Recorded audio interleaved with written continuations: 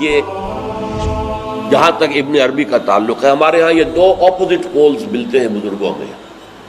ایک انتہا پر ابن تیمیہ ہے رحمۃ اللہ علیہ، جن کے بارے میں نے آپ کو بتایا کہ انہوں نے اس طرح سمجھا ہے، اس طرح اترتا ہے اللہ جیسے میں یہ ممبر سے اتر رہا ہوں، یہ زیادتی ہے.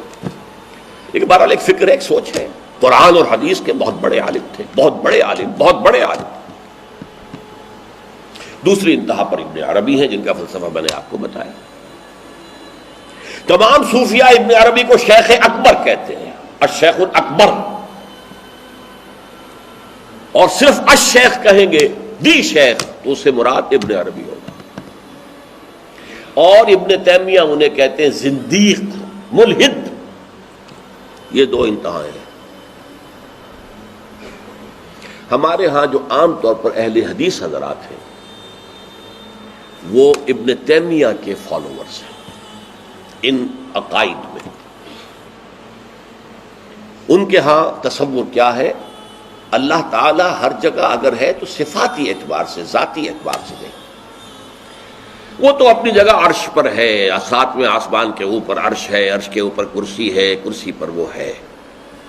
اب اس میں ایک طرح کی تجسیم بھی آ گئی، محدودیت بھی آ گئی. اس کائنات میں تو اللہ ہے ہی نہیں، تو پھر اللہ محدود ہو گیا نا، وہ تو کسی خاص جگہ پر ہو گیا نا. ایک تصور یہ ہے. اور عام آدمی یہ بھی سمجھے تو ٹھیک ہے، اسے یہ معلوم رہے کہ اللہ ہی رازق ہے، اللہ ہی خالق ہے، اللہ ہی مصیبت سے نجات دلانے والا ہے، اللہ ہی مشکل کشا ہے، اللہ ہی حاجت روا ہے، اللہ ہی، یہ بس اسے معلوم ہو، توحید مکمل ہو گئی. لیکن فلسفہ کچھ اور شے ہے، فلسفہ کچھ اور سوالات پیدا کرتا ہے. جیسے میں نے کہا ہے صفات ذات حق حق سے جدا یا عین ذات. اب یہ فلسفہ ہے. صفات باری تعالی اگر قدیم ہے صفات تو یہ غصہ، یہ تو قدیم نہیں ہو سکتا. غصہ تو کسی کام پر آیا، خوشی تو کسی کام پر ہوئی، یہ قدیم کیسے ہوگا؟ تو عین یا غیر، لا عین ولا غیر. اور جس کی میں تعبیر کرتا ہوں کہ من وجہ عین ذات ومن وجہ آخر غیر ذات. اب اس سلسلے میں علامہ اقبال نے جو بات کہی ہے، جو پروفیسر یوسف سلیم چشتی مرحوم نے مجھے بتایا تھا کہ انتقال سے صرف 3 ماہ قبل یہ اشعار کہے. وحدت الوجود کے، پینتھیزم کے، دونوں کے شدید مخالف تھے علامہ اقبال شروع میں. اسی لیے وہ حافظ کو بھی بہت بڑا گمراہ کن شاعر سمجھتے تھے، اس لیے کہ وحدت الوجود کے عامیانہ انداز میں جو ہے وہ شاعری میں جب اس کو آ گیا ہے تو عوام کے زبان پر جب چڑھا ہے تو وہ اس کے ڈانڈے پینتھیزم سے مل گئے، عوام کے اندر اس کا تصور یہ ہو گیا. لیکن آخر میں انہیں بھی آنا پڑا ہے. تو اے ناداں دل آگاہ دریاب، اے نادان وہ دل تلاش کر جو آگاہ ہو، ہر چیز سے واقف ہو. لا موجود الا اللہ دریاب، لا موجود الا اللہ. وہ جو میں نے آپ سے عرض کیا تھا نا کہ لا الہ الا اللہ کے 3 لیولز ہیں. لا معبود الا اللہ، لا مطاع الا اللہ، لا حاکم الا اللہ، ان الحکم الا للہ، لا رازق الا اللہ، لا خالق الا اللہ. اور دوسرا لیول لا مطلوب الا اللہ، لا مقصود الا اللہ، لا محبوب الا اللہ. اور تیسرا لیول لا موجود الا اللہ. ہمارے ٹاپ کے فلسفی اور صوفیاء اس لا موجودہ الا اللہ پر پہنچے. اور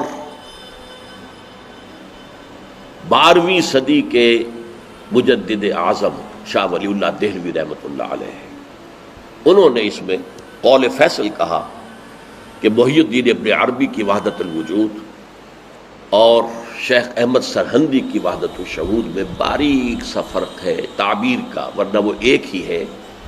اور اس کو انہوں نے عنوان دیا توحید وجودی. ہندوستان میں ہمارے بڑے ٹاپ کے شاعروں میں سے تھے عبد القادر بیدل فارسی کے. اس وقت تک ابھی اردو کا وجود ہی نہیں تھا، اردو تھی نہیں ہندوستان میں اس وقت. تو شیخ عبد القادر بیدل جو ہیں وہ وحدت الوجود کے بہت بڑے قائد تھے. اور ان کی عظمت کا عالم یہ ہے کہ غالب کہتا ہے طرز بے دل میں ریختہ لکھنا اسد اللہ خان قیامت ہے، کہ بے دل کے انداز میں اردو میں شاعری کرتا، ان تو فارسی میں کی، اردو کو ریختہ کہتے تھے پہلے، یہ نئی زبان جو بنی تھی ریختہ، طرز بے دل میں ریختہ لکھنا اسد اللہ خان قیامت ہے۔ لیکن وہ اسد اللہ خان بھی یہ کہتے ہیں جارو بلا بیار کہ این شرک فی الوجود باگرد فرش سینہ بایواں برابر است۔ دیکھو اگر تمہارے سینے کے اندر شرک فی الوجود شامل ہے، یہ بھی ہے وہ بھی ہے یہ بھی ہے وہ بھی ہے، وجود متعدد ہے، خدا کا وجود علیحدہ ہے، ہمارا وجود علیحدہ ہے، تو یہ گرد کے مانند ہے جو تمہارے سینے کے ایوان پر جو تخت بچھا ہوا تھا اس کے اوپر گرد پڑ گئی ہے۔ اس گرد کو جاروب لا، لا موجود ہے الا اللہ، جاروب لا کی جھاڑو سے لا کر صاف کر دو، جاروب لا بیار کہ یہ شرک فی الوجود، وجود دو مان لیے تو شرک ہو گیا، وجود ایک ہی ہے۔ البتہ جب تعین ہو گئی کسی شے کی وہ وجود مختلف ہے، ذات باری سے علیحدہ۔ بہرحال یہ مباحث ہیں اس آیت مبارکہ سے متعلق، اور میں نے آپ کے سامنے ساری بات رکھ دی۔ نہ میں کسی کا مبلغ ہوں، نہ یہ دینی مسئلہ ہے، یہ فلسفے کا مسئلہ ہے۔ اب فلسفے میں بہت سے مسائل ایسے پیدا ہو گئے، سائنس کے مسائل ہیں کہ جو کتاب و سنت یا کم سے کم حدیث کی بعض چیزوں سے ٹکراتے ہیں، اب اس میں آدمی غور کرے گا، سوچے گا۔ اسی طریقے سے یہ فلسفے کے مسائل ہیں جو ہمیشہ سے جن پر کام ہو رہا ہے، لیکن یہ دین جو ہے وہ شریعت اور طریقت کا نام ہے۔ حقیقت کو چھوڑ دو، حقیقت جو ہے بس ہے۔ تم سورج مکھی کے پھول بن جاؤ، تمہاری توجہ ہر وقت اپنی اس ذات جو جس نے تمہیں پیدا کیا ہے، حقیقت تو وہی ہے، لیکن سورج مکھی کے پھول بن جاؤ۔ لیکن اسے آپ غلط کہیں، مجھے کوئی اعتراض نہیں، لیکن یہ کہ ایک شخصیت کو میں ایسے سے واقف ہوں جو اہل حدیث بھی کٹر تھے اور صوفی بھی بڑے تھے۔ یہ جو ہمارے ہاں مشہور ہے غزنوی خاندان، مولانا عبداللہ غزنوی آئے تھے اور وہ اپنے تصوف کی بعض آراء کی وجہ سے اور بعض اپنی اہل حدیثیت کی آراء کی وجہ سے افغانستان سے نکال دیے گئے تھے، غزنی سے نکال دیے گئے، تو امرتسر میں آ کر آباد ہوئے۔ ان کی اولاد ہے یہ غزنوی خاندان۔ ان میں مولانا داؤد غزنوی رحمۃ اللہ علیہ سے میرا بڑا قرب رہا ہے۔ ان کے پھر بیٹے تھے ابو بکر غزنوی، وہ معروف ہیں، کافی لوگ ان سے واقف ہوں گے۔ داؤد غزنوی رحمۃ اللہ علیہ یہ دو متضاد چیزوں کا مجموعہ تھے، تصوف بھی اور اہل حدیثیت بھی۔ عام طور پر اہل حدیث کی ساری توجہ ظاہر پر رہتی ہے، وہ باطن میں جانتے ہی نہیں، اندر نہیں جاتے، فلسفے سے کوئی تعلق ہی نہیں۔ لیکن فلسفہ اور تصوف یہ جڑے ہوئے آپس میں چولی دامن کے ساتھ۔ انہوں نے ایک دفعہ منٹگمری میں جو سائیوال کہلاتا ہے آ کر تقریر کی، اہل حدیث مسجد تھی، میں بھی گیا ہوا تھا سننے کے لیے۔ انہوں نے وہ اہل حدیث نوجوانوں سے کہہ رہے تھے کہ دیکھو تم اپنے مسلک پر قائم رہو، ہم غیر مقلد ہیں، ہم کسی کے مقلد نہیں ہیں، نہ ابو حنیفہ کے نہ مالک کے، لیکن کبھی بھی ان ائمہ کی توہین نہ کرنا۔ یہ ہمارے عام نوجوان جو کہتے ہیں ابو حنیفہ کو کیا پتا تھا، ابو حنیفہ کے پاس تو علم ہی نہیں تھا، ابو حنیفہ تو جو ہے علم حدیث میں کورے، یہ توہین کے الفاظ کبھی استعمال نہ کریں۔ اچھا، اس واعظ کے ساتھ انہوں نے مثال دی کہ دیکھیے شیخ محی الدین ابن عربی رحمۃ اللہ علیہ کے سب سے بڑے مخالف شیخ احمد سرہندی رحمۃ اللہ علیہ تھے، دونوں کے لیے رحمۃ اللہ علیہ کہا۔ میں حیران ہو گیا، یہ وہابی آدمی، کٹر وہابی اہل حدیث، اور یہ شیخ ابن عربی رحمۃ اللہ علیہ کہہ رہا۔ خیر میرے دل پر بھی اثر ہوا کہ بڑی وسعت ہے ان کے فکر و نظر میں۔ میری اہلیہ کے چچا تھے، ان کے ایک بیٹے، سب سے چھوٹے بیٹے یہاں مجمع میں موجود بھی ہیں، شیخ فضل الرحمان مرحوم۔ ان کے بہت گہرے تعلقات تھے یہ جو خاندان غزنوی خاندان سے. انہوں نے شام کو کھانے پر بلایا, مجھے بھی بلا لیا, میں ان کا داماد ہی تھا نا. تو وہاں میں نے کہا کہ حضرت آپ نے شیخ ابن عربی کے ساتھ رحمت اللہ علیہ کے الفاظ استعمال کیے, جبکہ ابن تیمیہ نے کوئی شرعی گالی چھوڑی نہیں ان کے لیے. زندیق, ملحد, اور آپ اہل حدیث ہیں, یہ کیسے ہوا؟ میں ان کی عظمت کا قائل ہو گیا, ان کی آنکھوں میں آنسو آ گیا. کہنے لگے ڈاکٹر صاحب یہ دونوں ہمارے بزرگ ہیں, ہم خرد ہیں, آپس کے اختلافات وہ جانے, ہم چھوٹے ہیں, خرد ہیں, خرد رہنے ہی میں عافیت سمجھتے ہیں, ہمارے لیے دونوں محترم ہیں.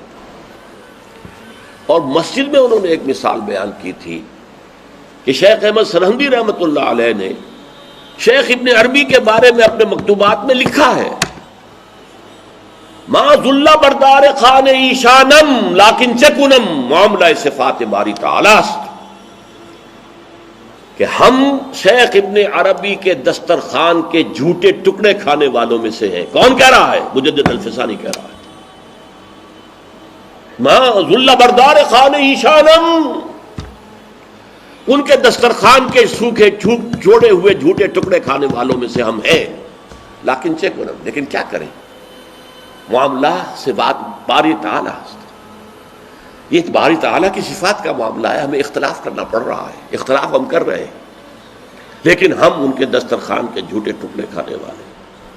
یہ کہہ رہے ہیں شیخ احمد سرہندی رحمۃ اللہ علیہ, جن کے بارے میں مشہور ہے کہ ابن عربی کا یا تو مخالف اول ابن تیمیہ رحمۃ اللہ علیہ, اور یا پھر مخالف دوم جس نے جوابی فلسفہ پیدا کیا وہ شیخ احمد سرہندی رحمۃ اللہ علیہ. تو یہ ہے کہ ان چیزوں کے بارے میں اپنے سینوں کو وسعت دیجیے. آپ ابن عربی کی بات کو چھوڑ دیجیے, پھینک دیجیے, لیکن توہین نہ کیجیے, اس کو خام خواہ کفر سے تعبیر نہ کیجیے. یہ چیزیں جو ہیں, اور پھر ہمارے سارے صوفیہ جو اس کے قائل ہیں, پھر ان سے بدزنی ہوئی. میں صرف اس لیے کہ وہ بدزنی اور دلی نفرت کا معاملہ ختم ہو جائے, میں یہ ساری بحث اس لیے کیا کرتا ہوں, ورنہ میرے عام دروس میں ان مسائل پر گفتگو نہیں ہوتی. بڑے گہرے مسائل ہیں اور ان کا سمجھنا عام لوگوں کے لیے ممکن بھی نہیں ہے, بلکہ عام آدمی کے, یہ جس کو کہتے ہیں نا ہوشدار, ہوشدار کے رہ بردب تیغست قدم را, ہوشیار رہ جاؤ, یہ تم جو چل رہے ہو یہ تلوار کی دھار کی طرح کا راستہ ہے, کاٹ کے رکھ دے گا تمہیں. جیسے ہم کہتے ہیں پل صراط جو ہے وہ بال سے زیادہ باریک ہوگا اور تلوار کی دھار سے زیادہ تیز ہوگا, جس پر سے گزرنا ہے قیامت میں. یہ کہاوت ہے.